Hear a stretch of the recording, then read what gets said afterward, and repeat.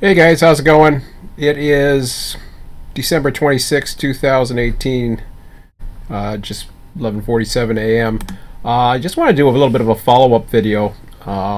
Scott was around last night. I guess he had a little bit of an issue anyways. But what I see on my screen, first of all, the freezing of the clock thing. This is something that you can do. It's something that I talked about last night. I'm going to expand a little bit further. So I just froze the clock, and what I'm going to do from here,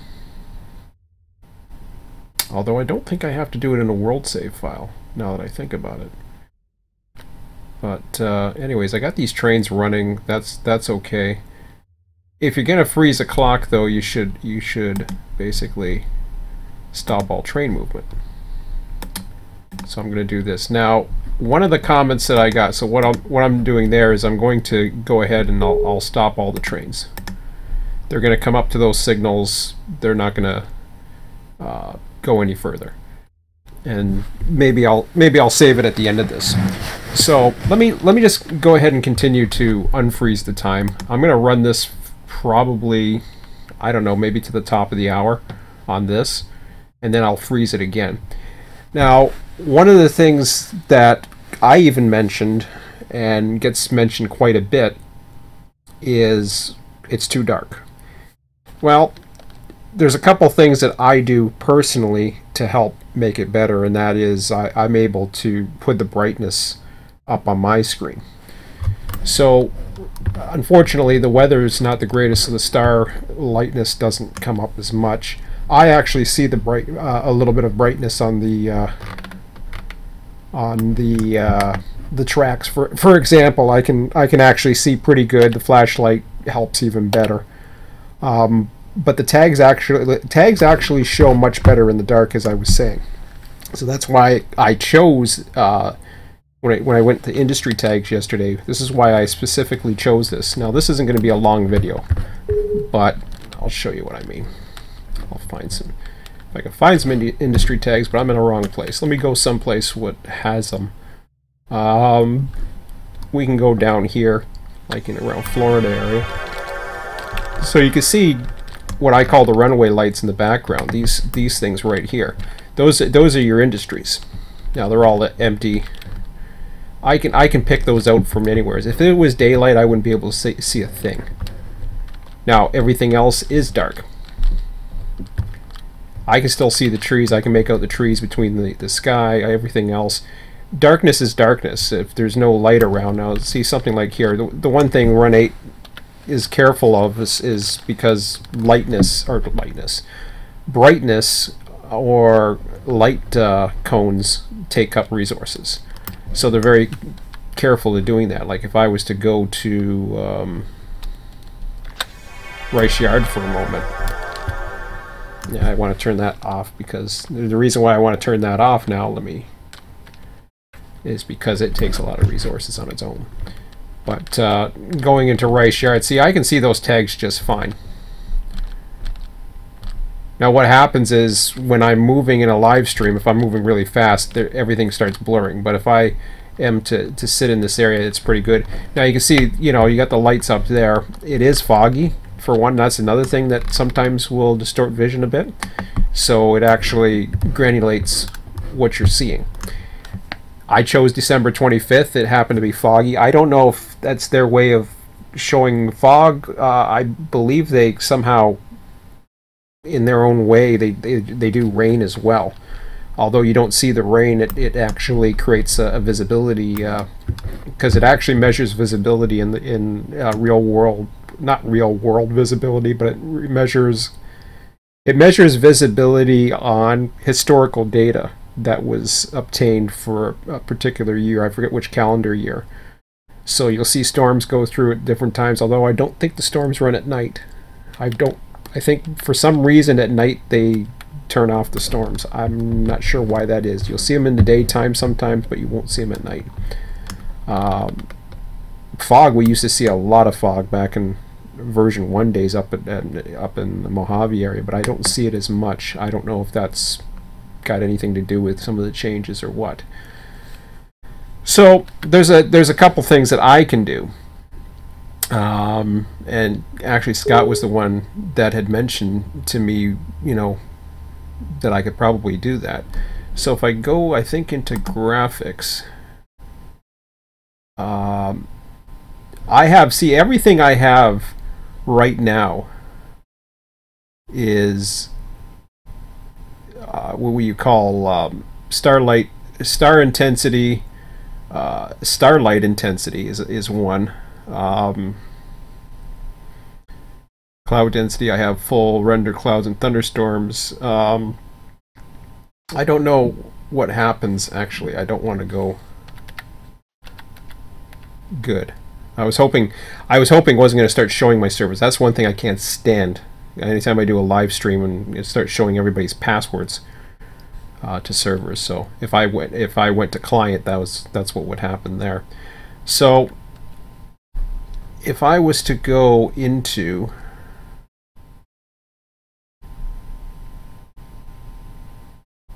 let me just do a little bit of a test here and see what you guys think.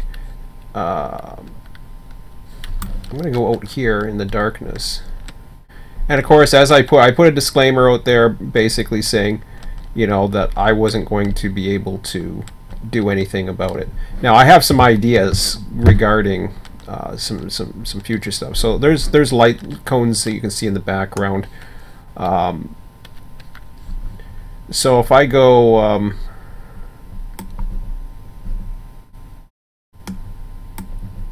see, star intensity I don't want. I want realistic, but starlight intensity I can bring up to here, maybe.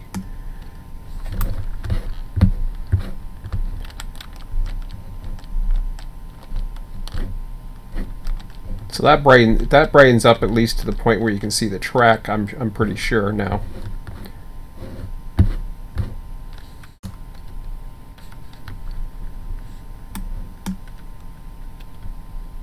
Let's see one that I'm willing to do.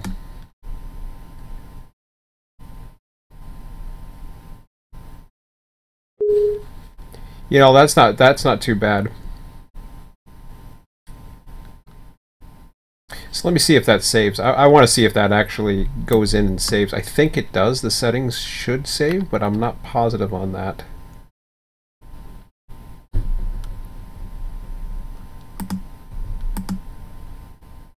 See, that only saves switches and signals. So let me just go out and see what happens. So I'm going to exit the simulation. Or I'm going to go to, yeah, I'll exit the simulation. And then I'm going to try it one more time and see if that brings it. I don't mind. I'll bring it up one. And hopefully that helps you guys. I don't want to bring it up too much because I already have the brightness up on the TV to compensate. But, and that's just for me. That's for my own enjoyment. I got the brightness up fairly high. As you can see, this is fairly, well, probably you can see is fairly bright. Now, you wouldn't make it, see, that's the problem, is you won't be able to see the difference. It's fairly bright for me, but it doesn't kill my eyes. So you're probably not going to be able to see the difference. So what renders is the only thing that makes a difference is what I'm putting into that program as far as the settings go.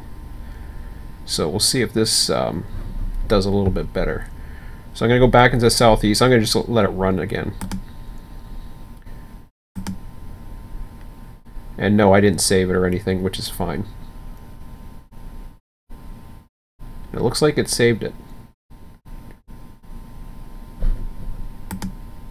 Yep. So the starlight intensity brought it, whoops, up to that. Well, that's good. So it's up a little bit. Now, I don't know how that will work. Well, I guess it's starlight intensity. It's not moon intensity. The moonlight light actually intensifies things as well. But I don't think... Moon size? No. I don't know.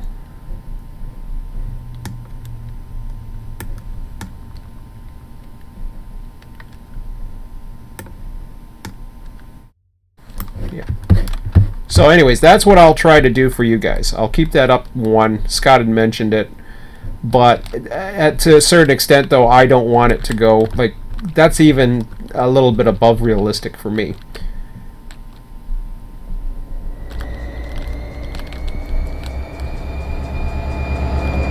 Because without a flashlight, I can actually almost read everything. So that's okay, I guess. See, if I put it down to here, you barely see anything, so I understand. So I'll bring it up to there. If I bring it up too high, like that, it looks ridiculous. It looks like you're basically on a moon surface. That to me is too high.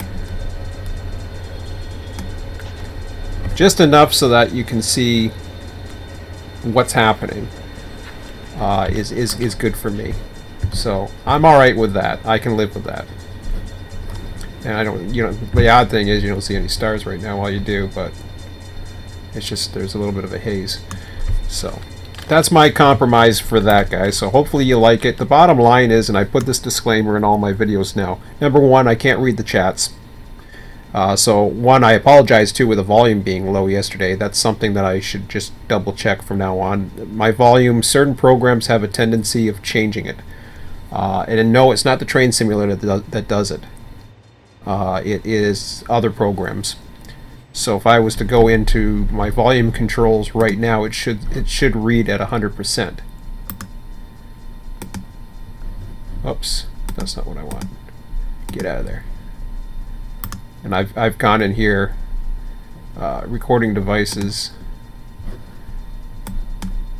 I've gone in here before and then things have changed. See, it's at 100. It was at 33 last night when I stopped the video and started realizing that my voice was drowned out. So I apologize for that. There's really nothing I can do about it now, and I'm not going to re-go over everything. It'd be kind of a waste. I like how it takes some of the sounds out. That's kind of cool. So yeah, I'm going to try that. And I put a disclaimer in my videos. I'm not here to answer the chats. I just broadcast. And it's a 24/7 cycle. The clock is running right now. Now I'm not going to save this one. I'm just going to let it go for a few minutes and talk about a few things in regards to the clock. So what I'm thinking about doing anyways, and I'll wind up, actually, you know something, let me pause everything anyways.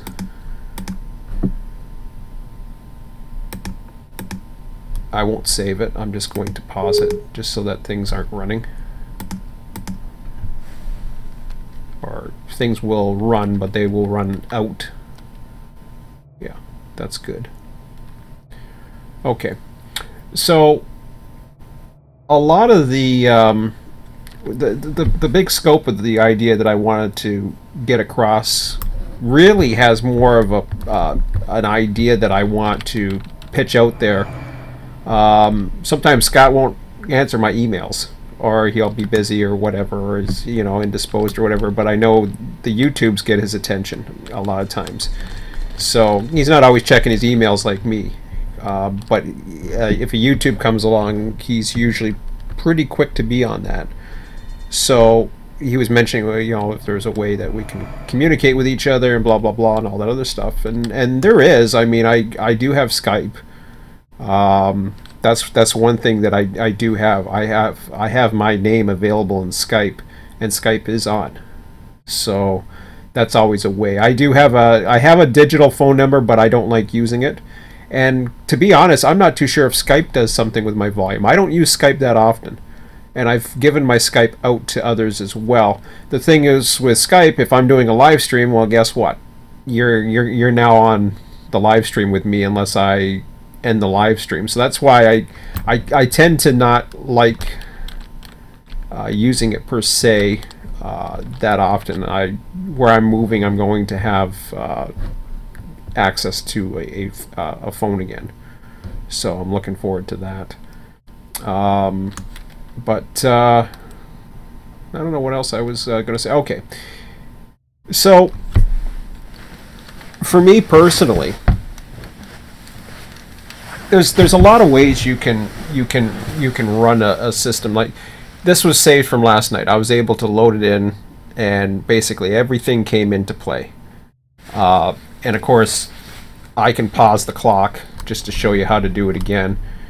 you just go in and freeze time. So it still shows it as December 25th, even though we're on December 26th, and the time continues. The idea behind that is you start your world, you start your work on your world. All the industries that you actually do have cars sitting at run on the same timer. Now, there's, like Scott and I, we've been running in the Northeast. I don't mind the Northeast. I like all the routes. All the routes have its pros and cons. But in the Northeast, I find dispatching is very simple. But then again, we're only running a certain section. And it's not so much to add, you know, the Mohawk sub. The Mohawk sub, all it does is just add more double track, in my opinion.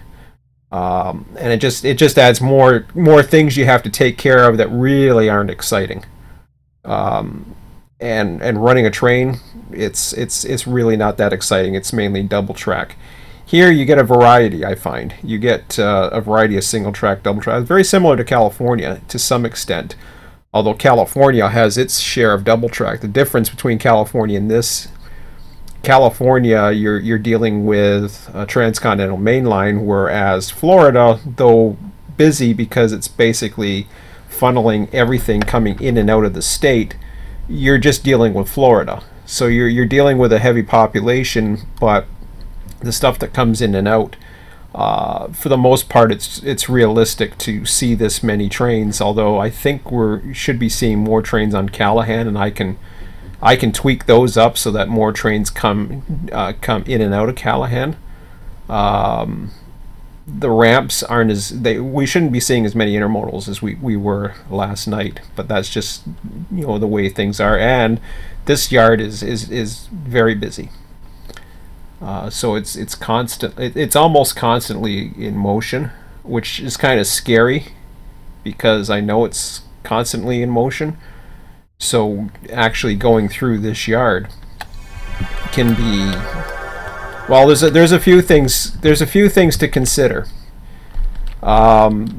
This yard is constantly in motion, but at the same time, you don't see. In daylight, I can, from the hump tower, I can look over. And let me see here. Yeah, I can change. I don't have anything in industries. Let me just go in. I'm going to reset the system time for a minute. I'm not saving this. So, of course, this automatically, people's like, oh wow, there we go. Now I can see everything. Well, yep, this is just the way it is. You run a 24/7 cycle, and sometimes you get darkness, and sometimes you get daylight. Now, the light cone should be, I think, a little bit more powerful, but then it takes up a lot of resources. So here from the hump tower, you can basically, it's hard to see, but I mean, I'm zoomed out as far as I can, and at the other end of the receiving yard, you could barely. At the other end of the receiving yard, you can barely see the trains that are coming through here. So you can see it on some certain visibility days. I know I can see it much better than others. Usually, I have to come down here and basically take a look at what's going on. It's not that visible. So here's where a frozen clock actually works.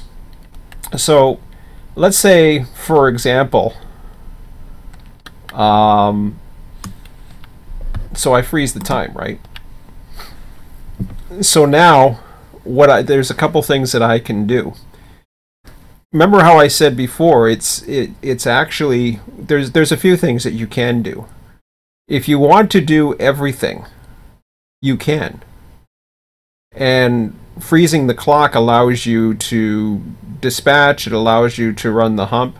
They're talking about in version 3 having an AI hump. I don't know how that's going to work because you still have to trim it. You're still going to have to go in, you're going to have to trim the yard. So, but let's say, for example, I'll use Scott as an example. And this is something I'm actually going to talk to Scott about this and see what he says, because he's got He's got his own Northeast world that I'm okay with. I don't mind doing it for the sake of doing it. It's much more fun to be running with someone, but I know he's been open to other ideas as well.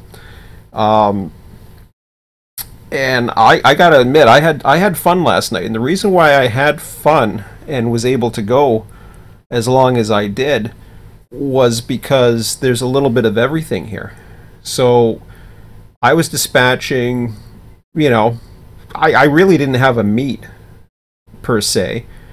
They're still tweaking with the traffic files and all the other stuff. For the most part, these were eye candy because they weren't really manifest trains, though I do have manifest trains set up to come in. And we did have a couple. We had a couple coming in of all places, Thomasville sub, which was kind of weird, but you can tweak the probability so that you have more probability of something. Doesn't guarantee you're going to get it though, and the way the random number generator works in this thing is it's a little buggy as far as I'm concerned. It's just not really realistic random numbers that get spit out.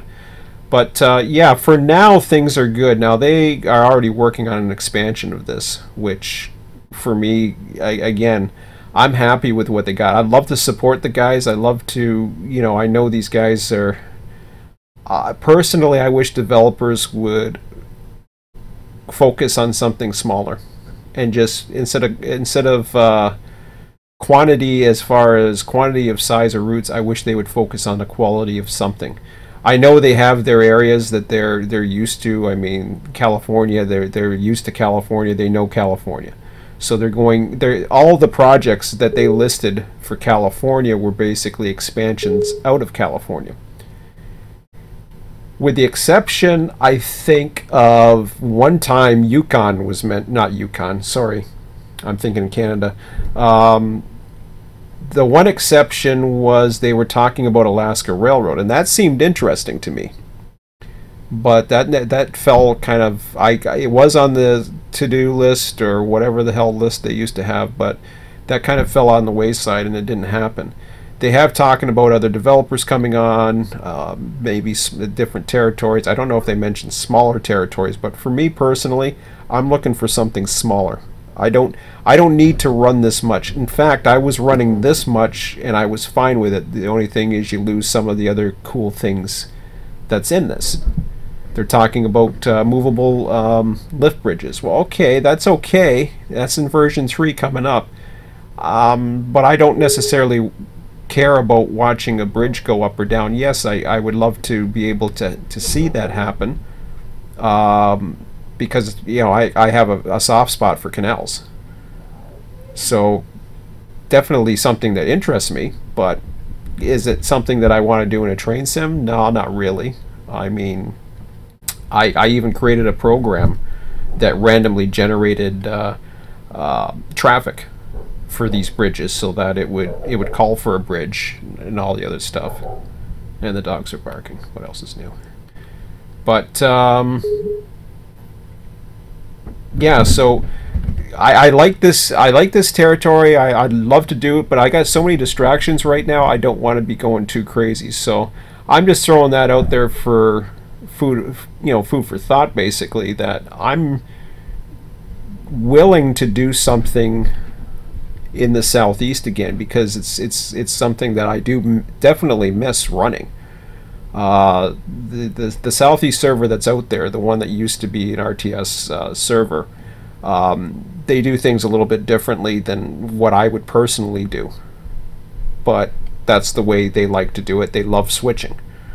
I like switching, don't get me wrong. I don't mind switching and running a switcher, but for me, I just don't want to be switching all the time. I don't want to be, and if I run mainline trains, if I run one of these trains like tonight, I'm going to be running in the Southwest server. Well, I don't think I'm dispatching tonight. As far as I know, there's been a bid for the central dispatchers, so I'm not going to be dispatching tonight, which is cool because I had my dispatch fix last night.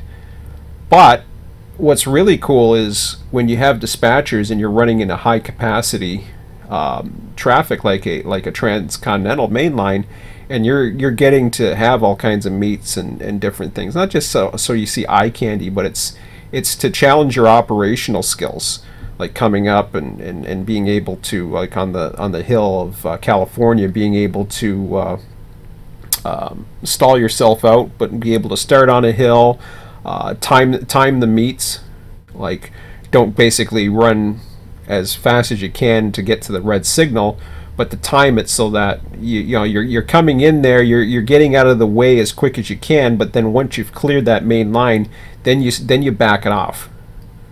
You back it off as much as you can, because you want, number one, you don't want to slow down the opposing train, but at the same time you want to be able to continue your momentum. So if you're small enough and the siding's big enough, that's the way I like. That's the challenge for me. I mean, the other thing I enjoy doing is if I'm an inferior train being overtaken. I don't see that happen very often. Or if I'm a passenger or something like that overtaking something else. A lot of times, you know, if you got a good dispatcher, they will find ways of overtake. Sometimes they can't. Cajon's a tough place to overtake. Needles is a little bit easier. So those are all the things. But I thought about this save thing, and what I'm talking about that is this route has a lot of industry that is away from the main line. So they have some, but here's what I mean. We can start down here now. You got Orlando Utilities. That's, I don't recall. I could probably look at the maps just as easily, but Orlando Utilities. Here's where. Let me turn on the industry tags back on. Here's why you won't be able to see. This was my point of putting the industry tags on last night, because the original focus was to deal with what do you do with industries. That was the challenge. What do you do with running this thing? How do you make something up? Now this is a very long line, so unfortunately there's no. But it's a cool line. It's neat. So if you run a train down here, you're going to be the only one. So it's something you can potentially do by yourself, because you're not going to see anything else. I don't know if there was a siding here. It doesn't really matter, because as far as I know, the only industry at the end of this line, if we ever get to it, and I like it. Don't get me wrong. I actually really like this, because it's realistic. It's and if it's realistic to have one train, well, then that's cool. I like it, because it doesn't feel unrealistic. It doesn't feel lonely. It may feel lonely, but wow, this thing is longer than I thought it was. Wow. And there's DTC blocks on this as well. It's really cool. I think we're getting to the end. Yeah, I see the stacks now. And don't worry, I won't be running this whole line back. This was the only way I could get into it.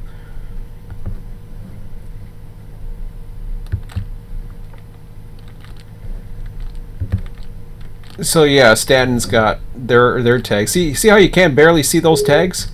You can see them much better in the dark. But anyways, so Stanton's got their tags in for the various things. OSC, I don't know. There's an OSC tag, and then there's a Stanton tag. I'm not too sure. I guess one is for the coal and one's for the other. I don't know how it was set up, but anyways, that's probably not the greatest of examples. But when you start down, am I going the right way? I think I am. So yeah, here, okay, you're by a line that's not too busy to begin with, so it's not so bad. So there's some locals that run, you know, and you're back in here running those locals. You're not going to see too many trains to begin with, and a lot of times when you're running a local, you don't even notice the other trains. This is the one that really had my attention. The only thing you have to do is get out onto the main to get to the yard here at what is it, Taft. Now notice I have you probably don't notice it, but I have different train symbols, like A7, 84, A755, A799. So these are all designated tracks that I have set up for those trains to come in and just basically drop off their cars and sit. Basically, it's there for if somebody doesn't have time to run a local, it will actually repopulate itself back out. But the beauty thing about this little line right here is you're the only one in here, and you have got a whole industrial park to switch if that's what you like doing. I don't mind it, right? I don't mind doing it. Switching's fine. Sometimes I'm in the mood for it, sometimes I'm not. But I find with me, I only have so much time during the week, especially with when I'm working. When I was not working, I found more interest in some of these things. But look at this industrial park. These industries, there are tons of industries to switch. So if you like switching puzzles and you like that kind of thing, this is probably a cool thing. But here's the beauty: you don't have to run the clock. So if you like doing that and like dispatching and you like to do single player and variety, you have the ability to pause the clock and do it. Now if you like to do things on your own but want to feel more connected to a world, obviously when you're in this section you're not connected to anybody, you're doing your thing. But the difference is, say on your time, like for example, I'll work during the week. Some people are retired, have extra time. So if somebody was to, let's say Scott for example, I'm going to use Scott's example, I'm not saying it's Scott, it could be anybody, but let's say Scott, who's retired, has extra time and he likes doing that, but he doesn't want to feel alone, alone in the world. However, he wants his work to have a purpose other than to please himself. Well, what happens is he does this thing if he wants to, and he goes ahead and he puts it on one of the yard tracks for pickup for the next outbound train. So then when it comes around to when I'm available and I can run a session with him, he's already done that kind of thing that he can do on his own time, but then he can participate in things that might be more interesting with two players, like say trimming a yard or running one of, or piloting one of the trains in, because there'll be a lot of trains to pilot in to some extent. Intermodals, I don't even bother with the intermodals, but that's another operation that's available. The Jacksonville intermodal operation is available. What I do is I basically spawn and delete trains in there. I don't even bother, and there's a yard. I mean, this is a working yard that it's not as busy as San Bernardino, but it still works. Taft has one as well. So all these can be tagged. Yeah, see, my screen looks really bright right now, but I don't know if that has to do with the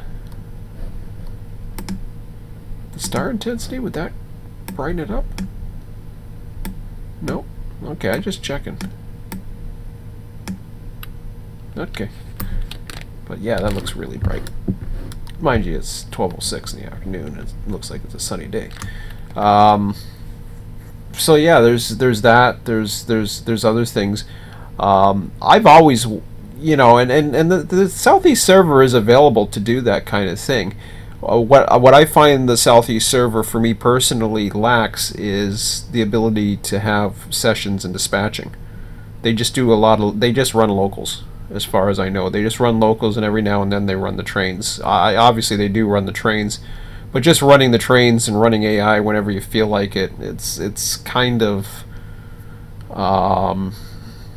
that's where I lose the immersion factor.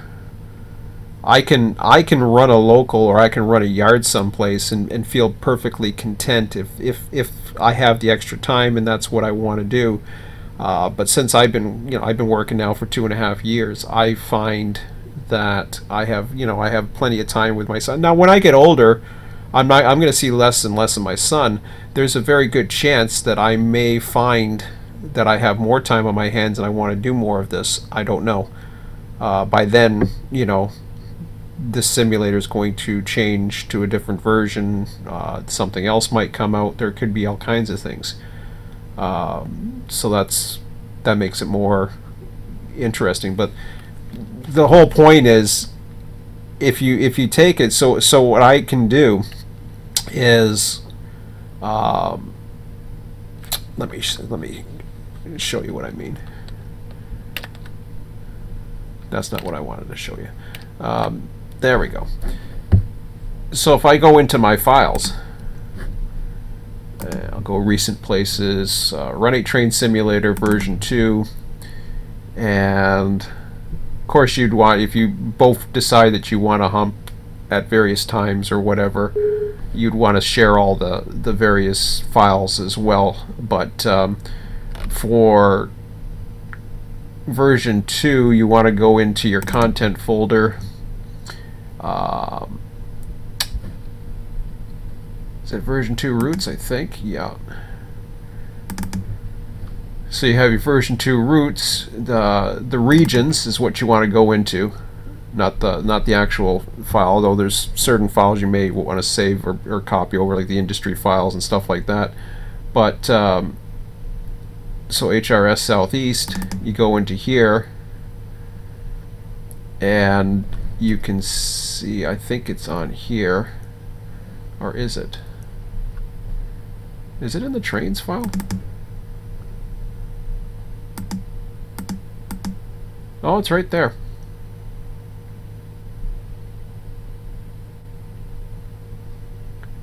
And it's an XML file? Really?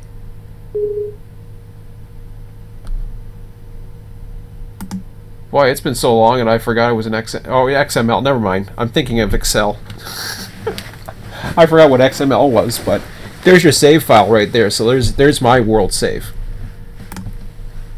So you basically take that at the end of the night, copy it over, send it via email to your buddy or buddies. You can decide, like, it doesn't have to be 2 people. You can even go so far. It gets trickier when you get more than 2 people, though, because when you get more than 2 people, then you have to coordinate who's doing what when. And who knows, there might be, I mean, you can even go so far as have, I had this I don't know if it was called activity. Actually, I think it was activity sharing that I had once with Microsoft Train Simulator. I did this years ago, where we would build activities for each other and share them. It didn't really go as well as I had hoped, but it was something that I tried, and it kept us busy for a while, especially when I was working less hours. I wasn't working full time, so it was difficult. But having this extra time this week was able to give me ideas and try to put myself in the perspective. Okay, well, what am I going to do today? What am I going to do tomorrow? Now today, I got plenty of things that I need to do, or I should be doing. I'm also planning on getting out for a bit. So it's 12:25. I'm going to end this right now. I'm not saving any of this. I'm just going to go back to the other save file, but that save file is there for those that are interested. And I think it's in desperate need of tweaking. The industries are probably in desperate need of tweaking. All that other stuff. I go by the whole train, and that's the problem. Is I may not have necessarily the best systems out there because I just don't have the time to go through all the logistics. I'm great at logistics, but trying to go through all the various trains and what they do and all that other stuff. I have the symbols down. I have the TD3 data in, but other than that, I try to avoid using train symbols, with the exception of locals. I avoid train symbols as much as possible because of the way the random generator just spawns stuff. And I don't want to be the type who has to spawn. I like the idea of the Southwest, how they spawn at certain times of the day. At the same time, if I'm just running with myself or myself and somebody else, I don't want to have to worry about spawning trains at certain times or being prompted to spawn trains. I want the system to do that for me. It's going to get, I'm hoping it's going to get better by version 3, but we'll see. But for now, I mean, this is just kind of ideas. One, it's too much distractions for me to begin with. I got, way too much other things that I need to do. See, it's spawning trains already. Another one in see, another intermodal Bolin. And that's the problem with Bolin too. Is trying to use. I can't stop that signal. But if I use Bolin, say a train was coming to that, all of a sudden that spawned, I wouldn't be able to get in. So it's really difficult. You literally have to stop yourself here and either run the train yourself into the main, but I put it all to the siding anyways because I need the AI to stop themselves as much as possible. So I figured, yeah, okay, I'll use the siding, and unfortunately this signal doesn't work. It's there, but it does not work. The train just goes through it because I was looking at the signal mast and it doesn't even operate yet. So that's for the Manchester sub expansion, but I'm nowhere near interested in that. But this yard is really cool. I like the yard, how cool it is, how you have a lot of flexibility in operations. If you have a lot of creativity, or if you have a lot of prototypical data, which there's a lot for CSX out there, both TD3, and you can go back to some of the older versions of the bullsheet that has all kinds of back data that tells you which trains run where, which, what stuff does what, especially for CSX. CSX has plenty of data out there. You can find a lot of things, and this can become a very operable yard. So this yard can be run single player for the most part. Yeah, there's a couple trains that run through in Thomasville, but you can run this as single player and still feel as though it's busy enough. Although it's much better to have a hump and a trim operator. It's not a necessity. Like when I'm running, I prefer to do the hump than the trim, but I'll do the trim if I have to. Last night I did it a little bit. It wasn't too bad. It's not as bad as I remember it. So, but I prefer to dispatch as much as possible. I enjoy dispatching, and I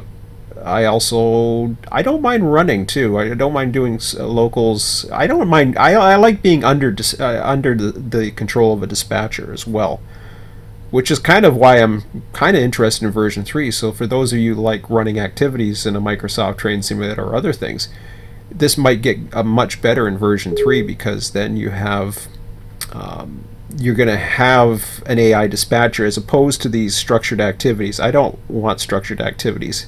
Structured activities require someone to write them, and I used to write activities all the time. Well, guess what? You're basically reading your own novels. It's not fun. It's not fun knowing what train you're going to be meeting at where. It's not fun knowing what siding you're going to be stuck into. I don't mind having some type of scripts or some type of system in place where this train usually spawns at this time and this train usually spawns at this time, but then having the random variance of it, because just because a train is called for a certain time, especially if it's coming across country, it could be delayed for hours.